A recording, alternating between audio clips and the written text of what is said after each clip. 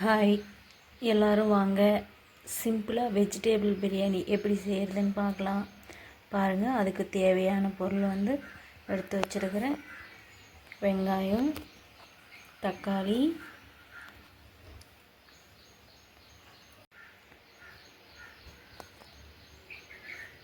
பாருங்கள் இலை, லவங்கம் அதெல்லாம் இங்கே வச்சுருக்கிறேன். இஞ்சி பூண்டு பேஸ்ட், தேவையான அளவுக்கு காய். நான் அதிகமாக காய் போட்டு செய்வேன், அதனால் காய் கொஞ்சம் நிறையாவே கட் பண்ணி வச்சுருக்கிறேன். பட்டாணியும் நிறைய கொஞ்சம் அதிகமாக சேர்த்துருப்பேன், அதனால் அதிகமாக சேர்த்து ஊற வச்சுருக்கிறேன். இப்போ வாங்க எப்படி செய்யலான்னு பார்க்கலாம். ஒரு கடாயை வச்சு பாருங்கள், 2 குழிக்கரண்டி எண்ணெய் ஊற்றிருக்கிறேன். அதோட ஒரு 1/2 டீஸ்பூன் நெய்.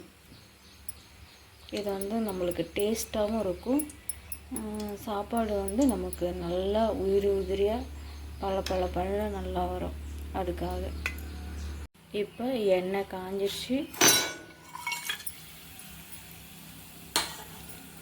இதெல்லாம் போட்டதும் வெங்காயம் சேர்த்துக்கணும்.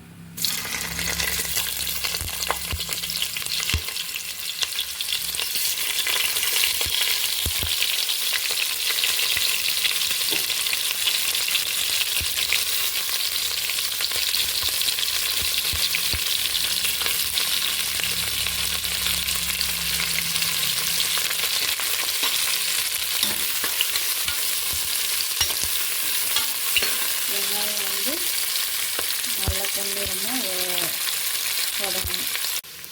வெங்காயம் பொன்னிறமாக வந்துச்சு. இது இப்போ இஞ்சி பூண்டு பேஸ்ட்டு நம்ம சேர்க்கணும்.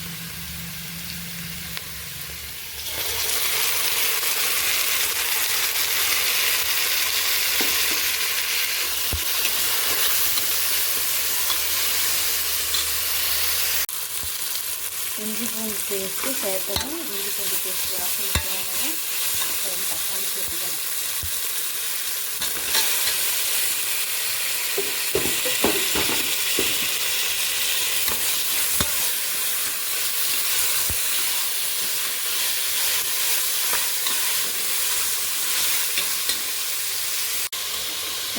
தக்காளியும் கொஞ்சமாக உடஞ்சிருந்தோம். இப்போ கறி மசாலா தூள் நான் ஒரு 1.5 டீஸ்பூன் சேர்த்துக்கிறேன்.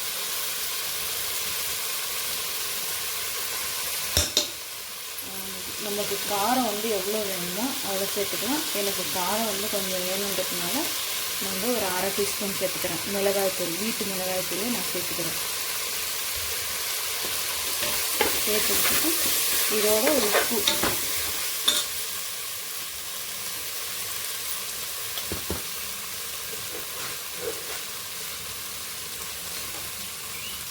பாருங்கள், ஒரு 3/4 டீஸ்பூன் சேர்த்துருக்குறேன். இந்த மாதிரி மிளகாத்தூள் தீயக்கூடாது. நம்ம போட்ட மசாலாலாம் தீயாமல் இப்போ நம்ம இஞ்சி பூண்டு ஆட்டி அதில் கொஞ்சோண்டு தண்ணி ஊற்றிட்டு அதை கொஞ்சோண்டு இப்படி மிக்ஸ் பண்ணி இந்த கொதிக்கு கிளாரி பண்ணோன்னா நமக்கு பச்சை வாசனை முழுசாக போயிடும். தீயாமல் இருக்கும். மசாலா தீயாமல் வரணும். இந்த திட்டத்துக்கு வந்த உடனே இப்போ நம்ம காய் சேர்த்துக்கணும். ஆல்ரெடி உப்பு, மிளகாய் எல்லாமே சேர்த்துக்கிட்டோம். இப்போ நம்ம காய் சேர்த்து நல்லா கிளாரி வைக்கணும். ஒரு 10 நிமிஷம் இப்படியே இதை வேக வைக்கணும். இப்போ தான் நமக்கு இந்த காயில் மசாலா ஏறும். ஒரு 5 நிமிஷம் இந்த காய் வதங்கின உடனே நம்ம இப்போ தேவையான அளவுக்கு தண்ணி ஊற்றிக்கணும். நான் 1.5 டம்ளர் அரிசி எடுத்துருக்கேன். இப்போ 3 டம்ளர் தண்ணி வைக்கிறேன்.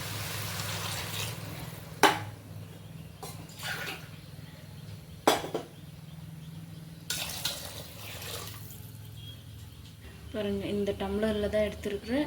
இந்த டம்ளரில் தண்ணி வச்சுருக்கேன். தேவையான அளவுக்கு உப்பு சேர்த்துக்கணும். இப்போ இப்போ இந்த திட்டத்துக்கு வந்து நல்லா கொதிக்க ஆரம்பிச்சிருச்சு. கொதிக்க ஆரம்பிக்கும் போது நம்ம அரிசியை வந்து இப்போ சேர்த்துடலாம்.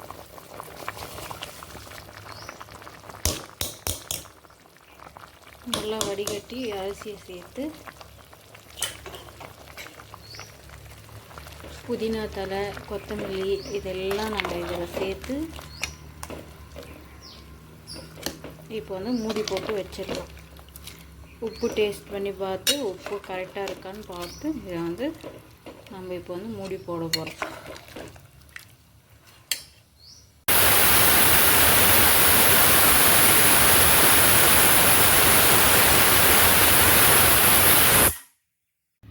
Veg biryani ready.